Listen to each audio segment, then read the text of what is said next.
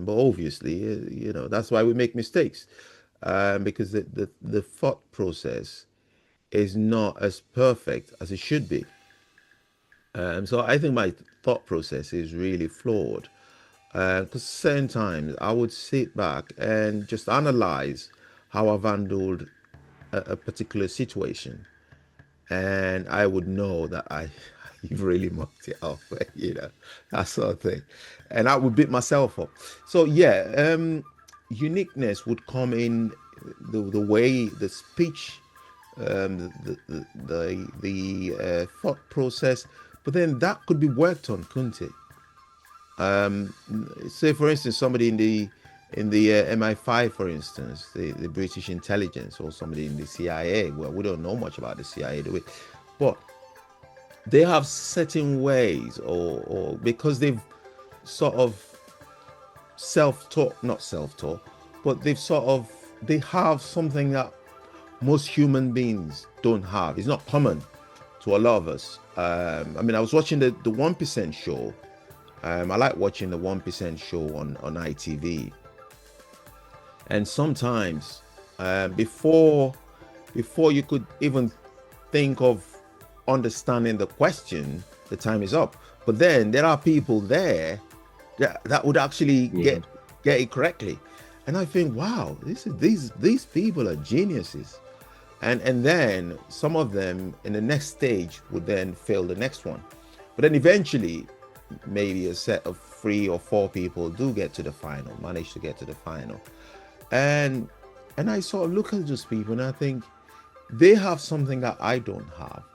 I Mm. might have something that they don't have, which is another uniqueness in itself, I think.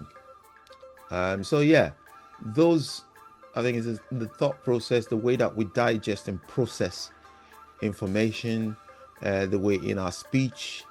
I think those are the things that would make us unique, I think. Yeah, I agree with you totally about those things. And the voice, Hmm. although I think it's true to say sometimes you might hear somebody talking, or you might see someone on television and you think, oh, is that so and so? Is that, you might think I recognize the voice, say on an advert or something, and it may or may not be. So I think people can sound alike. And let's face it, as you mentioned about people who can do very good impressions, I suppose the most popular one is President Trump. I mean, people seem to get him and his mannerisms visually off Yeah. to perfection. I mean, it could be him talking if you're just listening on the radio or something like that. So people are very clever to match that.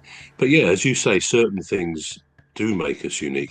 I think another thing actually that comes to mind that does make us unique is our gait, and that's not the garden gate. That's the GAIT gate. The way we actually walk, and you can see it, or run for that matter. You can see it on a football pitch if you know the players, as we do, of our teams and other teams. If you look at each one individually, you can tell it is that person just by the way they run or the way they Right. walk. And I think in life it's true.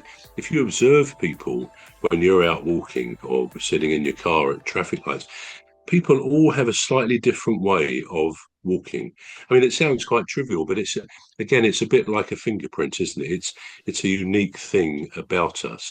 I mean, I'm intrigued about you say that probably and be joking, but some friends say, "Oh, you're annoying," and then you say, "Yeah, I realise I'm annoying." But does that not annoy you if people actually do say, or your fiance says you're annoying, or is it all just very light-hearted banter?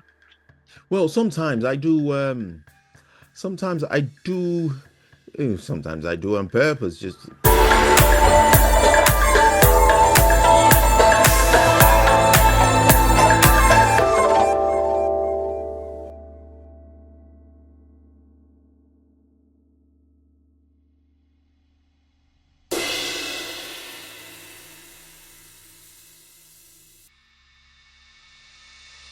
well, sometimes I do. Sometimes I do. Sometimes I do on purpose, just perhaps to live up to the expectation of my friends and my fiance. So it's like you might say something, and you want me to agree with you, and Yeah. And you might think it's really blurring, it's undeniable, undoubtedly so. And I would go a different route with it. I'd be like, well, actually, no. Just to be different, just to sort of put an Well, alternative view, perhaps. yeah, just to sort of put Yeah, an alternative view to forward. And most times, I'm wrong, I must say. And I think that's where the annoying bit comes out. But I will make you see it in a different way, and then I will go back to my thought process and think, well, actually, you're right, and I'm wrong. yeah. Um, but maybe perhaps it comes a day later, 24 hours later, 48 hours later. By then, you've already assumed, you've already had that presumption that I'm annoying. Mm. So it sticks, kind of sticks. Yeah. No, that's good. I mean, just something else. We all notice these things. If you're in a restaurant or McDonald's or somewhere, and you hear a child, or maybe a supermarket, you hear a child saying to its mum or its dad, "I want this, I want that," and they may or may not have a bit of a tantrum about it. What do you think it is? Why young children, and it may be to do with their upbringing, except that most of the young children, and probably we were exactly the same from when we learned to speak, we do constantly say, "I want this, I want that." We seem to have an inbuilt intuitive desire that we want things, we must have them, which as you get older, I guess, to have that "I want" syndrome within you will be viewed as a negative, a bit selfish, Mm. self-centered.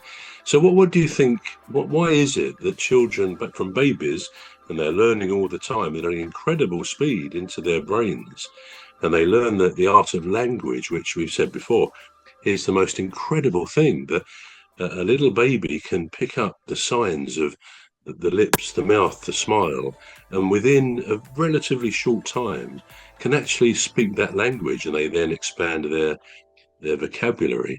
But why Mm. should it be? Well, why don't we ever hear a little child, a little toddler saying, "I want to buy that for you, mummy. Can I get that?" We don't seem to hear that. It's all very self-centered. And do you think that's part of what we are? Is that another unique thing about Homo sapiens? We are very self-centered.